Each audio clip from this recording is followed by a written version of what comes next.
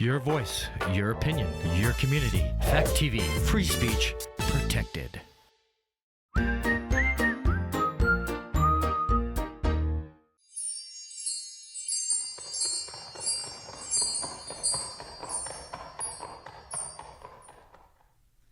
Welcome to Cracking the Horsepeak Code. I'm Laura Wilsey here with Sharon Wilsey, and we are the co-founders of Horsepeak.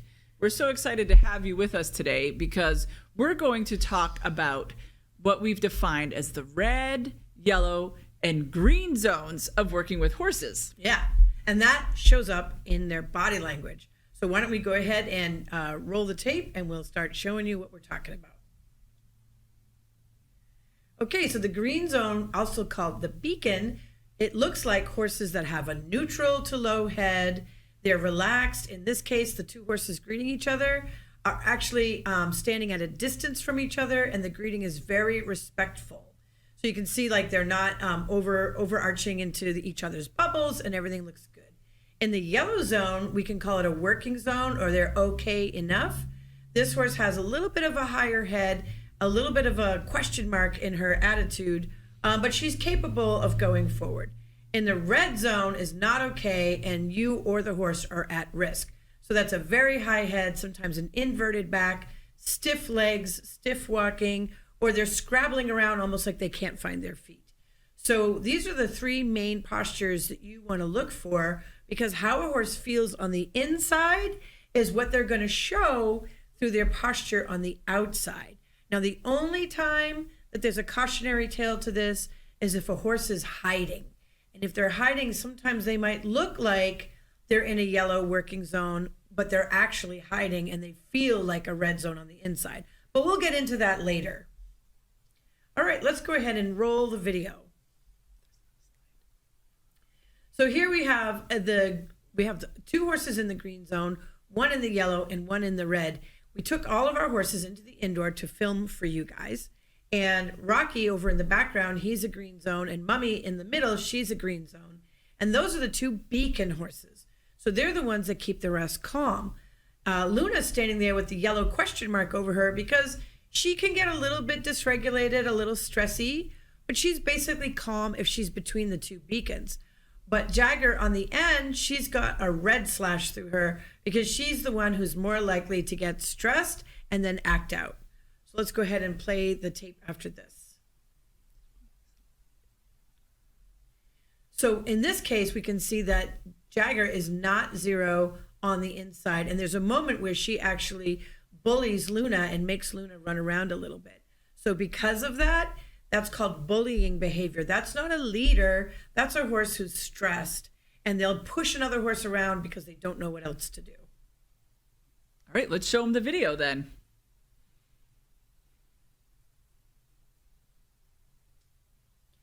So here we are bringing the horses in. I am between Rocky and Mummy. They are the beacons. They're walking slow mentor steps. That's one of the signs you look for. Slow mentor steps, neutral head and neck posture, slow, easy breathing, slow, easy movement. You can see Laura's got Jagger and Luna. And Jagger, when she comes in, she's already like sharper in her motion. Both of them are moving much quicker. Both of their heads were much higher in comparison to Rocky and Mummy. Right. So we shut the door then, and we're going to turn them loose. And typically the protector horses like to make they go around the outside and show protection. So in this case, Rocky's already done that, and he's come to the barrel, and Jagger goes to see him. Luna has gone to check in with Laura to see what she's doing, and I've invited Mummy to walk around the edge with me. So either of the beacon horses can provide safety and security for the other horses. And because I'm walking on the outside, I'm acting like the protector director also. So we say the horse that walks closest to the outside is the protector director. So you're going to either have good bubble space, or you're going to have a horse that pops your bubbles. So there Luna had come in and kind of popped my bubble. And then you're going to see Rocky and Mummy have good bubble space. So that's a polite greeting, whereas Luna kind of ran me over for a minute there. And that's the difference that you'll see in a horse that's not entirely in a green zone. So what makes a horse in a green zone? That they have inner zero. So the more inner zero a horse has, it means the more they can think, the more they can process information, the calmer they can keep their nervous system. So I'm going to offer a therapy backup to Rocky and Jagger because they've gotten in position to want to follow me. So I have them back up to go forward. So this little bit of backup helps them relax before going forward with me. Now Rocky's on the outside, I'm on the outside, Jagger and Luna are on the inside, and Mummy's going to wait. She's going to stand back there and wait and see if she's needed. Jagger goes over to see Laura, and Laura has a polite greeting. So there's a nice greeting, not a bubble pop. So Laura's going to take over and take Jagger for a walk. And in that moment, Jagger was having some quicker walk. She wasn't like running, but her pace was a little bit quick. So I definitely stepped in quickly to greet her from a distance because in that kind of energy, they can just barge into us if we're not having that bubble awareness. So here in the middle, we're doing some enrichment. And after we've walked around the outside a couple of times, the horses know to come into the barrel. And that's a grooming ritual at a safety barrel. So the reason it's a safety barrel is horses will use objects to say, this is a good, safe place to be. They'll also make a safety poop, which you'll see in a minute, to say this is a safe place to be. So we're offering enrichment to help all of the horses find a little bit more zero, specifically Luna and Jagger. And there Jagger has come to the outside of the cone and she got herself a little bit stressed out because she's too far away from the safety barrel. She's not really at zero anymore. So Laura's going to take over. And I'm inviting her into my space to then have her join up with me with my steps. And so I am asking her to follow me, using the button to follow me button at the top of the pole to help her, hey, can you follow me into relaxation? And it's only a suggestion. I'm not making her follow me in that moment. I'm like, can we relax a little bit more? So at this point now, the horses are saying, okay, we've had enough enrichment, we've had enough relaxation, and they need to do something. So we're saying, let's walk around, because what we've discovered is that when horses are walking, they regulate their breathing and their heart rate better. So walking helps them to feel safer. All right, so Jagger goes into the back corner where Mummy was standing earlier, and she makes a safety poop. That's a safety poop, and that's a way horses try to help themselves feel calmer. Now we're doing a family walk because we're all going to try to find some zero together. So walking keeps you breathing, keeps you regulating, and the horses are able to stay calmer so they can ask better questions. Like Luna says, hey, can I try going to the outside? Sure, Luna, you can try. And Mummy is standing on the inside to watch again. She's going to stay the beacon in the center, so if anybody gets nervous, they can come back to her. Jagger's checking in with her safety poop. That was a good sign. That means that when she got a little bit stressed, she checked in with her safety poop and then went back to the safety barrel. Meanwhile, Rocky's walking with me. We're stopping at a cone, which also is a security area, and I'm going to give him some brushing there. So that allows Luna to freestyle walk around on her own and see what she'd like to do next. And she comes and checks in. There's a little bit of that pushy energy. That's how you can tell she's yellow, not green. But she's doing pretty good. And she says, maybe I want to go with you too. But then, Jagger says, I'm taking it out on you. And that's called bully behavior. She drove Luna away for no good reason, except that she's a little stressed. And here you can see she actually shows the stress. She puts her head way up high. Luna comes back around to get the safety and security of Rocky and myself. And I say, all right, follow me, guys. Let's just keep walking. Standing still is making you feel stressed. So let's just walk around together. So we're going to try to do a family walk. And how we're going to do it is we're going to ask the horses to go ahead of us. So we're in the driving position behind them. So in one position, they're following us. In another position, we're driving them forward. And a family walk is like you'll see wild horses doing. And you'll see the leader out in front, but you'll see another leader coming from behind, calmly saying, just walk. Because in nature, horses don't want to waste energy. So they try to walk wherever they're going. And there's Luna trying to be brave and trying to tail switch Jagger, say, don't chase me again. Don't get near me, woman. She goes back to the barrel, and they all come back to the barrel to say, okay, we're ready to go. Luna goes to the door. I'm ready to go. So this was successful for them to be loose in the arena, to practice finding their zero while they're loose, and to practice asking questions and getting answers, and us giving them advice about finding more zero, even when they got a little stressed out. And that's the goal for today's encounter, because for today, we just wanted to practice who's going to beacon and who's going to get distressed, and can we help the stressful horses come back and find more zero, so the next time they come in on their own, they'll remember when we did this all together. I think that one of the most interesting things about watching this video is how Mummy really was the one who wasn't moving a lot at all. Right. Because she was the one, she's like, okay, I'm going to be the mentor. And Rocky was acting more like a protector because he was doing a little bit of movement around the edges to make sure that Jagger and Luna were staying regulated, because you could see how quickly that Jagger just went in about 3 feet away, but pinned those ears. Well, they were like not flat back pin, but they were pretty close to pointing at Luna, because Jagger wanted to claim Rocky for herself as well as Sharon. Right. She's like, I need my Rocky time. Luna, you need to go. And so that's just the dynamic that those two have. They're like, sisters, almost the same exact age. And I wanted to comment that at the beginning of the video, so can we go back and show the very beginning of the PowerPoint again, just one more with the 3 types, the horses. It's just, that one, good. So in the beginning of this, just to be clear, the 2 horses at the top, the black one is Mummy, the gray one is Rocky. The one in the middle, the bay, is Luna, and the chestnut is Jagger. Okay, so I should have put the names in there in the beginning, and I just realized I forgot to do that. So you're like, who the hell are you talking about? So let's go back and watch that video one more time, and we're going to really look at the high head, the low head, and who's zero and who's not zero. We're coming in again. I have Rocky and Mummy, so the black one is Mummy, the gray one is Rocky. And now look at their steps. This is called matching steps. So we're in the same stride. It's not that we're left, right perfectly together, but our stride matches. And when Laura comes in, you can see Luna stops and Jagger spins around, and it's like, we have to go and close the door. And Luna's like, well, I can't move. I got stuck. So then I turned and invited them into my belly button in O posture to be like, hey, can you please follow me to the door? This is a very heavy door. So the 2 of us were able to close it together.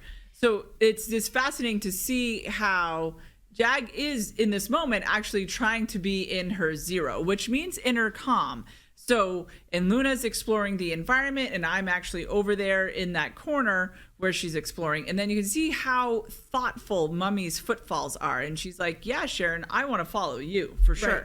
And the reason we have our arena set up this way is to help you see the different tracks. So horses that track to the outside are taking the protector role. Horses that want to track towards the inside want to be protected. And it's really interesting to then, with that, looking at the tracks to see how Jagger and Luna are acting in those zones, because sometimes you will see horses who may not be a protector go into the buffer zone, which is the closest to the wall, and they become a little bit dysregulated and they get into more of a red zone, versus a Rocky or a Mummy horse being in their green zone, having a neutral head set. Right. And Rocky will often go to the center, which is the barrel. The center means all's well. You're safe here. You're safe in the center of all the things. And so they do 2 different functions. The very center is where horses will try to say, we're safe here. It's the middle of the room. And the horse walking the outside, the buffer zone towards the wall, is the horse that's going to be saying, I'm walking in the danger zone, because in nature, the buffer zone is where predators are more likely to hang out. You can see how perky Jagger's ears are. And that is where I said from the first round when we watched this, how I stepped in and be like, okay, Jag, I see that you have a little bit of a high energy, even though she's not running. But this is the thing that we want people to practice, understanding that your nervous system actually might be responding also to the horse that's coming toward you. So that can also give you some information, as well as observing their different gestures, postures, and signals through their body. Now, in this moment, I'm scratching Luna's throat. She loves that. So she's lifting her head to receive the scratching, but it's not the same as throwing her head up, because she's gone into a red zone. Okay. and we're all lined up at the barrel here. We didn't tell them to line up, but it's something horses will do innately. They'll line up girth to girth to create safety in numbers. Rocky is the one who's moved out, and he's got his head towards the wall. So he's symbolizing, I will protect you. I won't let any predators get in this arena. Now, it might seem silly to you, but in nature, horses have to watch out for predators all the time. And they can't help it. That's just in their head. It's in their brain. And then with Sharon grooming Jagger in that moment, you could see how Jagger's movements were a little bit quick and her head was also high and she's in concentrating ears. So then that is going to tell us that she is not feeling calm. And so then this is where I bring a suggestion. Hey, can you follow me? And lower your head. Lower your head. And in this moment, I remember I was breathing and blinking and loosening my jaw to be like, hey, can we relax a little bit? And we're not saying lower your head, put your head down, that's going to solve it. We're inviting her to think about getting into her zero. So there's a difference between training a horse to put their head down, which is teaching the body to do something, and saying them, hey, you've lost your zero. Can you try to get your zero back? Because when there's times when you have trained, like Jagger actually is clicker trained to lower her head. And when she does it, if there's treats involved especially, she will put her head down so quickly and it's not zero at all. Right. So her making a safety poo was her attempt at saying, I'm trying to calm myself. And her walking around the orange cones is her saying, I'm trying to be brave. So we want to encourage her to feel brave. And there's Luna being on the wall. She's saying, I'm trying to be brave too. She's taking slow mentor steps. And now they're all following Rocky and me. So Rocky and I have worked it out to be protectors together. He trusts me and they trust him. And they're watching him walk with me. And they're saying, Rocky says it's okay. It must be okay. But they stay in the middle of the orange cones to say, we're going to stay in the safety zone. So I'm going to cut Rocky in, take him to an orange cone so he can be in the safety zone too. So then we can just relax and he can have his grooming ritual. Mm-hmm. So all of these things go together. It might sound like we're giving a lot of ideas and examples, but really this is from studying how horses manage themselves in their own environment. And what we've done is taken the basic principles of watching how horse herds manage their inner zero, and how they use the environment to do that. And we've set up an arena that represents how horses see their world so we can understand it too. And that's why we have all the cones and things set up this way. And in the scene where Jagger was approaching, we also are making sure, especially if you're in a herd of horses, that you're well aware of what all the horses are doing. And knowing that predictably, if Jagger's coming towards Luna, there could be a little bit of high energy. So it's all about safety and awareness. So even though you were grooming Rocky, you did have some awareness of what the other horses were doing. And so it's just important to not get into task tunnel vision. I'm brushing a horse within three other horses. It's making sure that we have awareness like they do of the entire environment and what each other is doing. And what the bubbles are. And this is why calm bubble space, it's paying attention to if the horse is coming in a good bubble space greeting with me or a bad bubble space greeting. There's pushing through and running through my space and doing those kinds of things. You want to notice those things, and correction can come in where you touch the cheek and you ask, hey, step aside, or you touch the shoulder. Hey, don't crowd me so much. And then you can reward them after with some grooming or some attention in the way that they like it. So it's not about chasing them around to get them calm. It's about understanding how they want to move around this space to calm themselves. And if we're part of helping them calm themselves, they're learning this really important lesson that's called self-regulation. If I always have to do it for them, they're not learning how to do it for themselves. And if you chase them and they get high adrenaline, they might get tired, but they're not necessarily practicing finding their zero. And so this is all about practicing finding zero. Because if you can bring the energy up, you could see Jagger chase Luna. Let's bring the energy up. But if you don't have a platform to bring it back down to, and Jagger is already at red zone, yep. She's not going to come down and magically find zero because she didn't have it in the first place. So if we don't practice her finding zero before we bring her up, there's no place to bring her back to. And that's the problem where we've done hundreds of rescue horses, hundreds of rehabilitation cases. And the thing that we studied the most was how do horses help other horses find their zero? And it's not through chasing each other around. They might play. There's some playful horses and they might run for, giggles for a few minutes, but that's not how they practice finding zero. So the thing that we started to realize is when you see a group of horses and they're all standing still, or they're resting together, or they're grazing and it's peaceful, that was work. That's because somebody did director protector around the outside. Somebody said, here's a safety area. Somebody else said, hey, let's walk together. Let's practice moving together. And somebody else said, I'm going to stand here and breathe and be the beacon for y'all. Mm-hmm. And so all those horses worked together all day long to create enough inner zero that they feel safe enough to rest, which is actually work for them because their senses are so fine-tuned. They can smell things like a dog can smell. They can hear things that we can't even imagine. And their hooves are cupped so they can actually feel vibration through the ground. So they're finely tuned animals looking for danger all the time. And we have had horses come to us because they got attacked by dogs or by a bear, or we even knew a horse that got was out west and they got attacked by some wolves. I mean, there's like crazy things that can happen. Now, most horses don't go through such things, but it is in their brain, in the back of their brain, that's what you have to watch out for.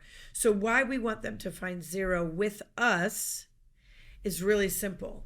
We want them to focus on us and we want them to feel safe enough to learn what we want to teach. And I want to ride a horse in a way that they can focus on me, not trying to focus on their safety. Yes. And so when we can fill in the gap of understanding how they protect each other by the protector horse being on the outside, so then and the sentry horse is watching to make sure there are no bees, bears, or boogeymen, then we also can be like, I'm going to be aware of the edge of the fence line. I'm going to be aware if I'm riding you or on the ground. That's the thing also, is this all transfers, all the different gestures, postures, and signals that we teach with horse speak. It's not just groundwork. It's also on their back. So you take what you've learned on navigating on the ground and then, hey, I see that there's something over there, whatever that may be. I see it's okay. Tail swish, we can keep going on. And if the horse doesn't believe you in that moment and they're just stuck in their red zone, then we must be missing something. And right. We might need to get off or what have you if we're on their back. But it's really important to understand that they do go through these different green, yellow, and red zones depending on the activity. Mm-hmm. And it could be, I get into a red zone because I have to walk outside of the barn. Every horse is so different. And I think that's another important feature of what we're teaching is understanding each horse as an individual and how that each horse can be functional really well in a yellow zone. But some horses can't. They can't. They're more like, I go from green to red. I don't have a yellow. So in those cases, then we want to be doing practices like this to say, let's practice your yellow. Like Jagger doesn't really have a good yellow. She's green. She'll come right over like she came over to you.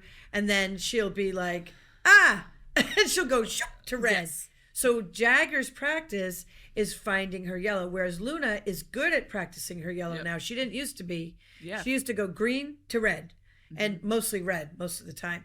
And now she's like green, green, green, green, yellow, yellow, yellow, yellow.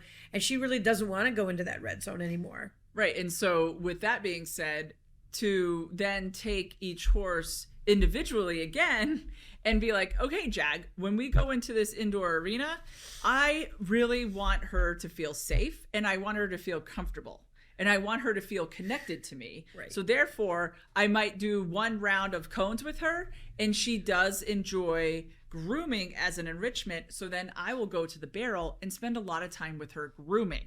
Because that helps bring her down. And then be like, okay, let's go and try my turn. Let's go try to do some activities at the cone, whatever that may be.